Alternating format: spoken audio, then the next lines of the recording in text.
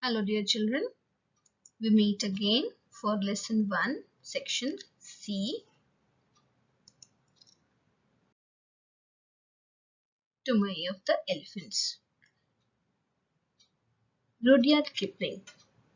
This man, even if you haven't heard of him, you must have heard about his work. Every child's favorite, Jungle Book. Yes, he's the person who wrote it. Now, he was an English journalist, short story writer, poet and novelist, and he was born in India, which inspired much of his work. Kipling's work of fiction include The Jungle Book, the most famous that the children know, Kim, and many short stories included The Man Who Would Be King, his poems, Mandalay, Gangadin, The Gods of Copybook Headings, The White Man's Burden, and If. He is seen as an innovator in the art of short story. His children's books are classics and he was awarded the Nobel Prize of Literature. Now, Tumai of Elephants is a story from Jungle Book, and this poem in your textbook is the opening of that story. In this, the elephant Kala Nag. The story is about an elephant Kala Nag who was a very senior elephant who served the Indian government, and he was a master trainer of wild elephants. Back then, elephants were captured and domesticated and used for work purposes in hilly regions especially. So in this poem, Kala Nag remembers and recalls his old life. And who is Tumai? Now Tumai is more of a surname because in the story you can see the big Tumai and little Tumai. Now Tumai of the elephants means that you are, the ruler kind of a person to the elephants. Why he was named the Tumai of elephants? Because he at the end, that little Tumai became Kala Nag's friend and at the end could watch the dance of elephants, which was a very rare sight. Till date remains so, and very rarely people have watched it, elephants dancing. So elephants dancing in the company of a human, so it's a very big thing. It means that they accepted him as their own kind. And in the start, as you can see in the poem, the main elephant, the main protagonist, Kala Nag, he recalls his jungle life and vows to go back to his previous free life, and in the end he does so. With him, Tumai, or little Tumai, also goes there in the jungle, and then they both come back. So let's go through the poem. I will remember what I was. I am sick of rope and chain. I will remember my whole strength and all my forest affairs. I will not sell my back to man for a bundle of sugar cane. I will go out to my own kind and the wood folk in their lairs. I'll go out until the day, until the morning break, out to the wind's untainted kiss and water's clean caress. I'll forget my ankle ring and snap my picket stake. I'll revisit my lost loves and playmates masterless. Now the poem opens with the line, I will remember. It is repeated twice. So the main focus is that he is telling himself that I will not forget who I was. Now he is still an elephant, so what is different? Back then he was free, and now he is serving men. He has a master, so he is a slave. He is not free anymore. As you can say, the mention of rope and chain, the ankle ring and picket stake, they all suggest that he is bound. And he says that I'm sick of the rope and chain. And he says, I will remember my old strength. His free will is his old strength.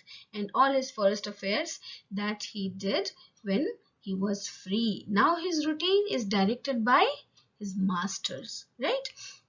Then he says, I will not sell my back for a bundle of sugarcane. Why is he selling his back? Elephant's main work is to make people sit over them and commute and carry heavy loads. So that is why he says that just for food I will not oblige men and sell my back to them, means we will not serve them. That's what he means. And I will go out to my own kind. He wants to return to his own kin, his herd of elephants and other wood folks who live in their homes. So he's talking about the entire jungle and his herd. Yes. Then he says that I'll go out until the day, until the morning break. I'll keep on walking till I reach the jungle. And how is he describing the jungle? Out to the wind's untainted kiss and water's clean caress. Now he is living with humans and here he feels suffocated. The water and the wind is the most purest in the jungle and it is free, in a free flow. So that is why he says the untainted kiss, which is not, complete, not spoiled, which is completely pure. In the jungle, the wind and the water is completely pure and will be free to go there on his own. Now, if he goes to a river, his master takes him, right? So he wants to feel everything on his own, not with some supervision. As you can say in the end, he says that I will ravage my lost love and playmates masterless. So he wants to completely let go of slavery. Yes. Now, then he says, I want to forget my ankle ring. He's bound, as I said, and he wants to break free from the picket stake, the post where he's tied. Okay, and then he says that I want to revisit my lost loves, his companions and his playmates masterless. He wants to again be his free self and not serve men. That's the main theme of the poem. That is the main theme of the poem, that he wants to again become his normal self, which was a wild animal, not a domesticated one. Yes? Now, you must be wondering, what is this AB, AB and CD, CD? You know about rhyme, right? The words that, sound the same at the end.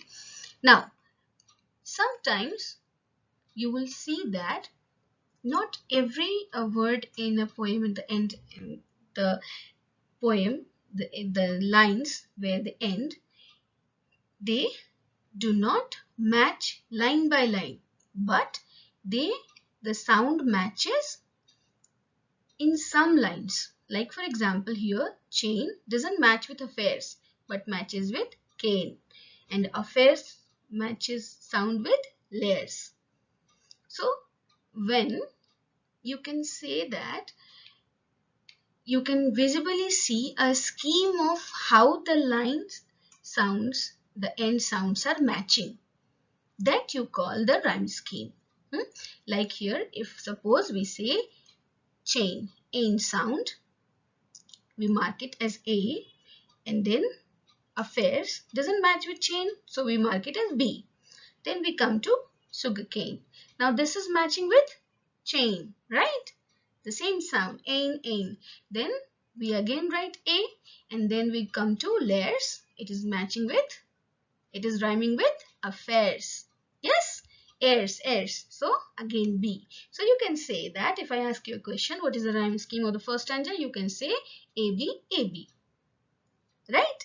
Then we come to the second stanza and we again found a sound, break, ache. Then we write there C and then we go to caress. So not matching, so we give it a title D, and then we read steak. Okay, it is rhyming with break.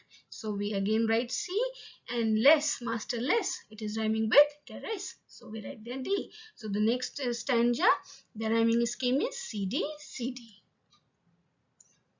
Okay, hope you all understood. Now, apart from rhyming scheme, there is one more thing in the poem that we should focus on. Now we know about poetic devices and figures of speech. A figure of speech is a word or phrase that possesses a separate meaning from its literal definition. Okay, it doesn't go with what literally the word means.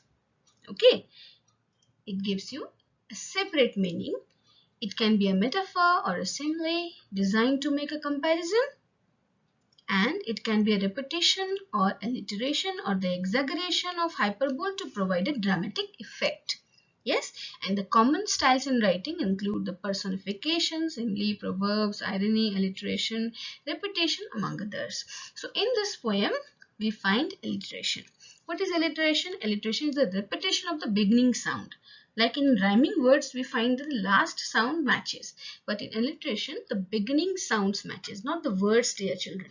Remember, do not go by the words. Like in vowels, we go by the sounds. Here too, we go by the sounds. Beginning of the sound of neighboring words. For example, she sells, she shells.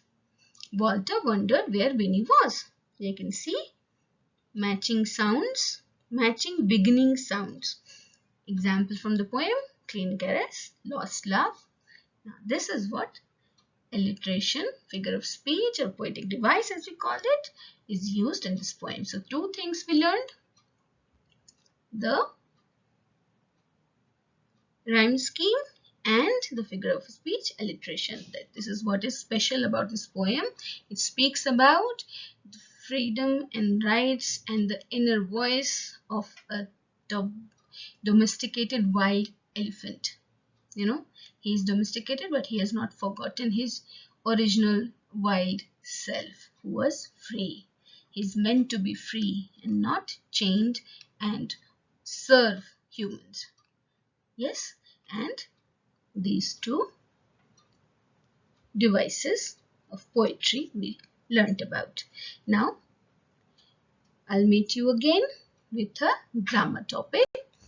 Till then, bye-bye. Thank you.